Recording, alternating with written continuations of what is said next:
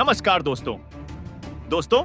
अगर आपको भी भारत और इंग्लैंड के बीच 5 मैचों की टेस्ट सीरीज के चौथे टेस्ट महामुकाबले के तीसरे दिन का सबसे रोमांचक खेल पसंद आया हो तो हमारी इस वीडियो को एक लाइक करना नहीं भूलिए। आज के हमारी इस वीडियो का लाइक टारगेट सिर्फ 200 लाइक है, तो दिल से लाइक जरूर कीजिएगा। जी हां दोस्तों, चौथे टेस्ट में मुकाबले में आज तीसरे दिन बल्लेबाजी करते हुए इंग्लैंड ने मचा दिया था। तूफान, जो रूट और ऑली पॉप की घातक बल्लेबाजी ने टीम के लिए की शानदार साझेदारी, मगर फिर भारतीय टीम ने शानदार गेंदबाजी से कर दिया कमाल, बेहतरीन विकेट उड़ाकर रच दिया इतिहास। अब ऐसे में सबको लगने लगा अब यहां से भारतीय टीम वापसी करेगा, लेकिन फिर बेन स्टोक्स और रूट भारत के गेंदबाजों के पसीने छुड़ा दिए और दिखा दिए दिन में तारे। फिर जडेजा और वॉशिंगटन ने गेंदबाजी से कर दिया कमाल। दोस्तों, ऐसे में आपको इस वीडियो में दिखाने जा रहे हैं आज के भारत इंग्लैंड चौथे टेस्ट मुकाबले की तीसरे दिन की पूरी हाईलाइट, तो अंत तक वीडियो जरूर देखिएगा।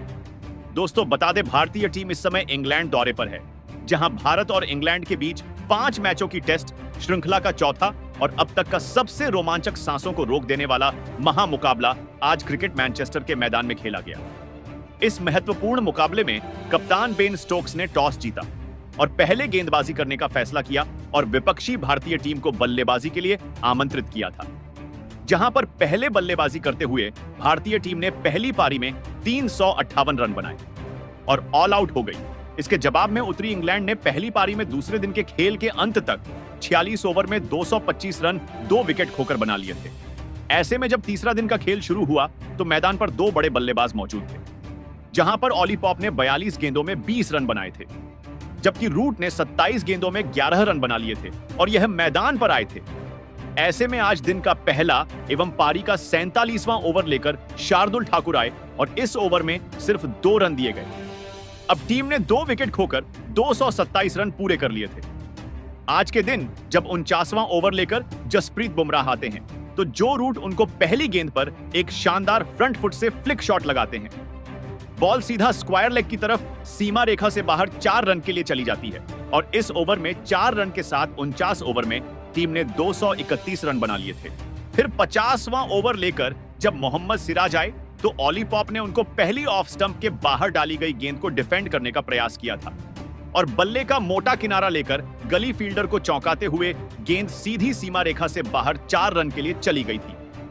वही नहीं दोस्तों, 5वीं गेंद पर जो रूट मोहम्मद सिराज को एक अच्छा कट शॉट खेलते हैं, हवा में गेंद गई थी लेकिन गैप में चली गई थी और बाउंड्री थर्ड मैन की तरफ आज इंग्लैंड को मिलती है और 50 ओवर में 2 विकेट खोकर टीम ने 240 रन पूरे कर लिए थे।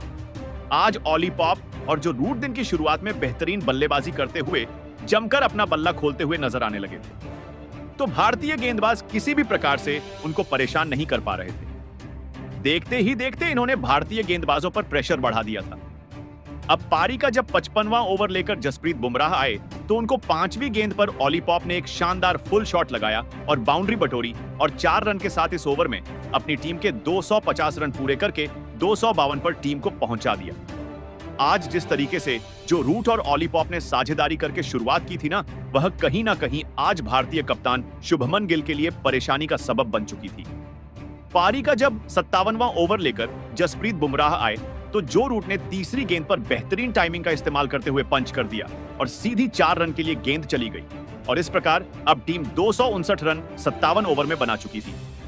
भारतीय गेंदबाज किसी भी तरीके से जो रूट और ऑली पॉप की इस जोड़ी को तोड़ने में नाकामयाब हुए थे और ड्रिंक्स ब्रेक होते होते 59 ओवर में टीम ने 266 रन पूरे कर लिए थे। इसके बाद जब मुकाबला शुरू हुआ तो 60वां ओवर लेकर मोहम्मद सिराज आए तो 5वीं गेंद पर ऑली पॉप ने बेहतरीन टाइमिंग का इस्तेमाल करके फुलर लेंथ की गेंद को ऑफ ड्राइव की बदौलत गेंद से बाहर गेंद को सीमा रेखा से बाहर 4 रन के लिए भेज दिया और 60 ओवर में टीम ने 275 रन 2 विकेट खोकर बना लिए थे। अब दोनों बल्लेबाज अपने अर्धशतक की तरफ बढ़ते जा रहे थे, तो भारतीय गेंदबाजी टोटल फ्लॉप साबित हो रही थी और फिर ऐसे में आज भारतीय गेंदबाजी की इस तरीके की परिस्थितियां देखकर पूरे भारतीय फैंस निराश नजर आ रहे थे। मगर जब 77वां ओवर लेकर वॉशिंगटन सुधर आए तो पहली गेंद पर ऑली पॉप उनको एक शॉट खेलने गए और लोकेश राहुल ने बेहतरीन कैच पकड़ लिया और 71 रन की एक विस्फोटक पारी खेलकर ऑली पॉप पवेलियन चलते बने और भारतीय टीम को अब कहीं ना कहीं राहत की सांस आई और तीसरा इंग्लैंड का बड़ा झटका गया। इसके बाद अब इंग्लैंड की साथ देने के लिए हैरी ब्रुक को मैदान पर भेजा गया था। तो फिर 78वां ओवर लेकर रविंद्र जडेजा आए। तो जो रूट ने उनको 5वीं गेंद पर एक स्वीप शॉट खेला और सीधी लेंथ गेंद को बाउंड्री से बाहर 4 रन के लिए भेज दिया। अब टीम 345 रन 3 विकेट खोकर बना चुकी थी। हैरी ब्रूक और जो रूट के कंधों पर जिम्मेदारी थी कि अपनी टीम को आगे बढ़ाएं। मगर यह ज्यादा देर जोड़ी नहीं चल सकी और 81वां ओवर लेकर वॉशिंगटन सुंदर आए तो पहली गेंद पर हैरी ब्रूक को उन्होंने स्टंप आउट करवाकर पवेलियन की राह दिखा दी और हैरी ब्रूक 3 रन बनाकर पवेलियन चले गए। ऐसे में अब बल्लेबाजी करने के लिए कप्तान बेन स्टोक्स को मैदान पर आना पड़ता है। 2 बड़े विकेट जाने के बाद कहीं ना कहीं अब भारतीय गेंदबाजी का आत्मविश्वास बढ़ चुका था। ऐसे में फिर जो रूट और बेन स्टोक्स मिलकर अपनी पारी को संभालते हैं और अपनी टीम को अच्छे खासे स्कोर तक बढ़ाना चालू कर देते हैं और फिर 66 ओवर में एक सिंगल रन लेकर जो रूट अपनी टीम के स्कोर को 358 कर देते हैं और भारतीय टीम के पहली पारी में दिए हुए स्कोर की वह बराबरी कर लेते हैं। अब इसके बाद पहली पारी में भारतीय टीम के खिलाफ इंग्लैंड की यह बल्लेबाजी बढ़त बनाना शुरू कर चुकी थी, जो कि भारतीय टीम के लिए हर एक रन के साथ खतरनाक साबित होता जा रहा था। जब 90 ओवर लेकर रविंद्र जडेजा आए तो जो रूट ने चौथी गेंद पर एक शानदार लेफ्ट आर्म ऑर्थोडॉक्स को परखकर रिवर्स स्वीप लगाकर चौका लगा दिया और 90 ओवर में टीम ने 378 रन 4 विकेट खोकर बना लिए थे। अब भारतीय टीम की कोई भी गेंदबाज आज सफल साबित नहीं हो रहा था। जसप्रीत बुमराह जब 92 ओवर लेकर आए तो बन स्टोक्स ने पहली गेंद पर एक शानदार फ्लिक शॉट लगाया और फाइन लेग की तरफ बाउंड्री हासिल कर ली और इस ओवर में 11 रन के साथ 92 ओवर में टीम ने 4 विकेट खोकर 394 रन पहाड़ जैसा स्कोर बना दिया था। जब 94 ओवर लेकर अंशुल कंबोज आए तो बेन स्टोक्स ने उनको दूसरी गेंद पर ऑन ड्राइव का प्रयास करके एक चौका बटोर लिया और इसके साथ ही टीम ने अब 94 ओवर समाप्त होने तक 4 विकेट खोकर विशाल 400 रन बना लिए थे। भारतीय टीम के लिए अब हर एक रन बेहद ज्यादा खतरनाक साबित हो रहा था। इसके साथ ही भारतीय गेंदबाजी बैकफुट पर जाती हुई नजर आ रही थी। शुभमन गिल की कोई भी प्रयास आज सफल साबित नहीं हो रहा था। 96वें ओवर लेकर अंशुल कंबोज आए तो पहली गेंद पर जो रूट ने उनको एक शानदार चौका लगाया और अपने टेस्ट करियर का 38वां शतक पूरा कर लिया और इतिहास रच दिया और इसके साथ ही अब उनका सेलिब्रेशन देखने लायक था। सभी ने तालियां बजाई। 96 ओवर में टीम ने 409 रन पूरे कर लिए। इसके बाद एक तरफ जो रूट शतक बनाकर खेल रहे थे तो बन स्टोक्स भी अब अपने अर्धशतक की तरफ बढ़ने लगे थे। 99 ओवर में मोहम्मद सिराज को जो रूट पहली पैड लाइन पर डाली गई गेंद को मिड विकेट की तरफ फ्लिक करके चौके के लिए भेज देते हैं और टीम ने 99 ओवर में 424 रन पूरे कर लिए थे। जो रूट का बल्ला जिस तरीके से चल रहा था ना, वह भारतीय टीम के लिए सबसे ज्यादा खतरनाक साबित हो रहा था और देखते ही देखते इन दोनों ने आज टी का ब्रेक होने तक 102 ओवर में अपनी टीम के स्कोर को 433 रन तक पहुंचा दिया था और भारतीय टीम के सामने एक शानदार बढ़त बनाना चालू कर दी थी। भारतीय टीम की गेंदबाजी पूरी तरीके से बैकफुट पर थी और तीसरे दिन का अभी तक का पूरा खेल इंग्लैंड के पक्ष में जाता हुआ नजर आ रहा था।